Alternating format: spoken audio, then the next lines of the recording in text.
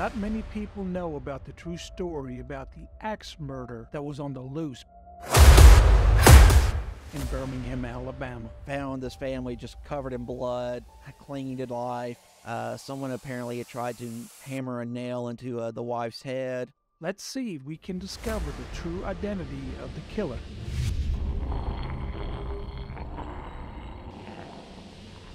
Hey guys, this is William with Exploring History. This channel is all about revealing forgotten history. If this is something that you're interested in, make sure you subscribe to this channel and give me a thumbs up. So I came across the book Birmingham Axe Murders by Jeremy Gray. I've really been fascinated by this 100-year-old case, and I have contacted author and journalist Jeremy Gray for an interview. Let's see what we can learn about the Birmingham Axe Murders, and let's see if we can discover the motive for those murders. The biggest question that I have right now is, though, did Birmingham have his own Jack the Ripper and we just didn't know about it? Or was there something else going on? A 4-year killing spree haunted Birmingham from November 1919 to May of 1924. A suspect or suspects armed with a small axe attacked foreign-born shop owners and interracial couples. The media helped shape the idea that a single killer, dubbed Henry the Hacker, was to blame for these gruesome murders. To this day, it is unknown how many were killed and or wounded. Eventually, the police resorted to using a dangerous and untested truth serum to gain confessions. In the meantime, copycat killers emerged from the woodwork until it stopped. Or did it? Who was the killer or killers? The victims in many of the cases were merchants. A lot of them were Italian. Someone would come in, seemingly ask the merchant to get something from behind a shelf or on a counter. They would turn their backs, and the assailant would strike them with an axe. And at some point, there was cases where it was said that it was black women who were sex workers with white customers who were attacked in alleyways. And those cases somehow came to be lumped in, I believe, because axes were used in some of those cases. The Baldwin family was one of many victims that were attacked. This picture was taken shortly after the victims were discovered and shows the condition of the room with its blood-soaked bedding and scattered clothing. Charles Baldwin was discovered in the bed in the corner. From the rear of the house, you can see where the 12-year-old daughter Virginia was found on a bench in the screen-covered porch. The store was directly in front of this porch, and it's not pictured. Here is where the police suspected where the suspect entered, and the family slept in the room to the left. The Baldwin case came about in 1921, and this was a family, Charles Baldwin, his wife, his daughter. There were some other children in the house. And so early one morning, someone making a delivery, I believe it was bread or milk, found this family just covered in blood, clinging to life. Someone apparently had tried to hammer a nail into the wife's head. The husband, Charles, who was a Sicilian immigrant, was found just near death. Their young daughter was injured. They found the young child, a young boy, running around in the family's blood. This is a family with a lot of roots in Birmingham. Butch Baldwin was a well-known tailor here in Birmingham who passed away a few years ago, unfortunately, who ran a shop that had roots going back to 1935. We're standing where I believe the Baldwin store was, where the family or most of the family members got murdered. I was searching for several old maps around 1920 to 1930 that would show us this area to really locate where the store and their home was located. And I was unable to find any old map from this particular area. Surrounding area, yes, but not this area. So I'm assuming this is the location where the store was. It's an older part of Birmingham. It's definitely unrecognizable, and Google Maps says this is the location. There's no sign of a store or house that would indicate that was their home. I wish I could have given you guys more. During my research, I came across the Axemen of New Orleans, and I see too many similarities that can't be ignored.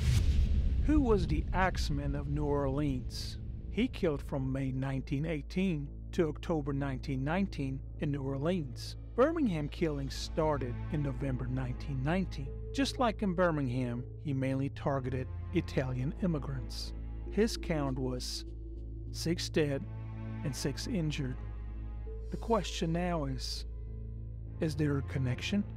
The Axemen of New Orleans was a case that was very well known in 1918 and 1919, and many of those victims too were Italian merchants. I mentioned it in my book because whenever I said I'm working on a book about Birmingham Axe Murders in the 1920s, like, oh, well, the New Orleans ones. I do not think there is a connection in the axe murders in New Orleans and Birmingham. I think it was a common way of killing people. If you looked at any newspaper clippings anywhere in the country in the 19-teens and 1920s, there's going to be cases where axe murders were used because people had axes to keep wood around, to keep their houses and their businesses warm.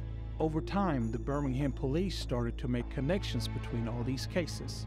Birmingham Police Chief Fred McDuff followed leads of the few descriptions given by surviving victims. Police considered all African Americans with criminal records to be suspects. The media helped shape the idea that a single killer dubbed Henry the Hacker was responsible for these murders. The Birmingham Age-Herald in 1922, January, they did 2 full days of coverage, and around that time there was a KKK march through the city that seemed to be in response to these cases. So I think at that point there was a lot of public pressure.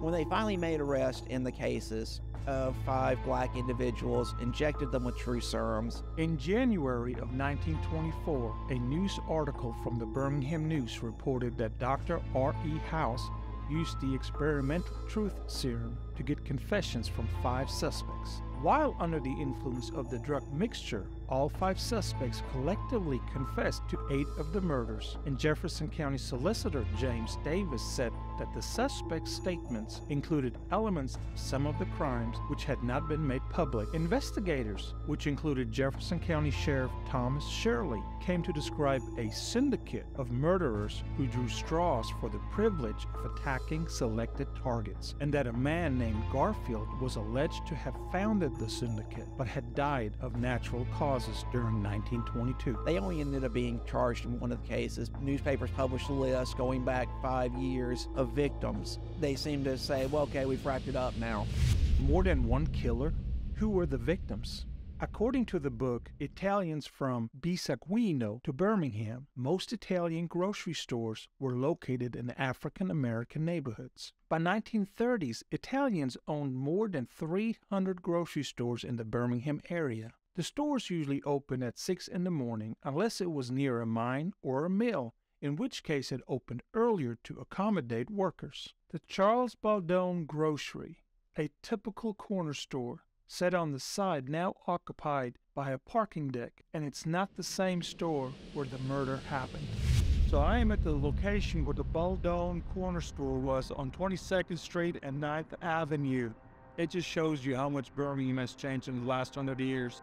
Just comparing old pictures to the location behind me and the map overlay. This is where apparently the Baldwin corner store was, and obviously it's not the same that we already been to where the murders happened. So I'm just assuming it was a big family and they ran more than one store in the city of Birmingham at the time.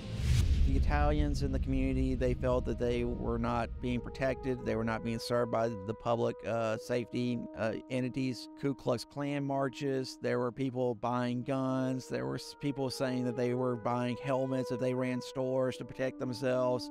Butch Baldwin, interviewed in 2013, said that his family discovered the identities of those responsible for the attacks. Butch Baldwin, the downtown tailor, was a great guy, a wonderful Birmingham iconic figure, a great friend of Bear Bryant. He supposedly paired him with his houndstooth hat and would tell you some colorful stories about going on recruiting trips with him. So when I first met with him in 2013 about the case, he told me that his family had taken the people who attacked his family out to Roberts Field, which was the airstrip at the time, and execution style killed them. I don't know that that's true. I don't know that it's false. I take it with for what it is, that it's being his family history being handed down through generations. So I don't know a way to verify or dispute it, but Birmingham sorely misses Butch Baldwin. 100 years ago, a series of murders plagued the Magic City that still remains unsolved to this day.